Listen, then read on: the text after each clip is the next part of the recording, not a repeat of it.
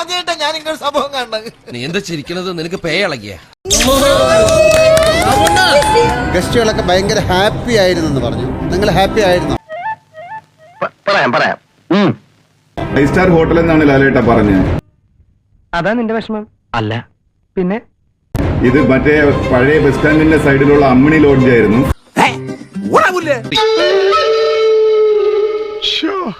ഈ നടത്തിപ്പുകാർക്ക് ആക്ച്വലി ഈ ഹോട്ടൽ പൂട്ടിപ്പോണെന്നുള്ളതാണ്. ആര് പറഞ്ഞു? അതൊക്കെ ഞാൻ അറിഞ്ഞു. സംഭവം ശരിയാ. ഇപ്പൊ എങ്ങനെയുണ്ട്? എന്താ ഒന്നും മിണ്ടാത്തെ? എന്നോട് ചോദിച്ചിട്ടാണോ ഭാനു ഇതൊക്കെ നടത്തിയത്? ഞാൻ വന്നപ്പോഴെന്നെ ഒരു നല്ലൊരു പൊട്ടിത്തെറിക്കല് ഞാൻ കണ്ടു. ആരാലും ഞാൻ വിടില്ല. ഞാൻ പറയാം, വേഗം പറയൂ. ഒടുവിൽ ഞാൻ അവരോട് പറഞ്ഞു, പിന്നെ പോലീസ് കംപ്ലൈന്റ് ചെയ്യുന്നു. എന്താണ് കേൾക്കുന്നത്? ഒന്നും മനഃപൂർവ്വമായിരുന്നില്ല, സംഭവിച്ചു പോയതാ ഓരോരോ ചുറ്റുപാടില്. ഒരു സെൽഫ് റെസ്പെക്ട് എന്ന് പറഞ്ഞ സാധനം അവരുടെ വാക്കുകളില്ല.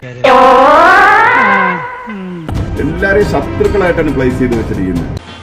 യുദ്ധത്തിൽ പിതാവോ പുത്രനോ അമ്മാവനോ അനന്തരവനോ ആരുമില്ല.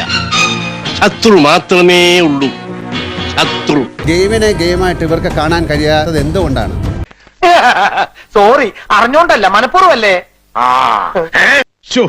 എവിടുന്ന് കിട്ടിയോ തനിക്ക് ഇങ്ങനെയുള്ള സാധനങ്ങളൊക്കെ? എന്താണ് ഇതിനൊരു മറുപടി പറയാനുള്ളത്? ഇനി അങ്ങനെ ഒന്നും ഉണ്ടാവാതെ ഞാൻ നോക്കിക്കൊള്ളാം. ഉണ്ടായ ഞാൻ നോക്കാം അടുത്ത പണി. പിന്നെ ഒരു സെക്കൻഡ് ഞാൻ ഇവിടെ നിൽക്കൂല.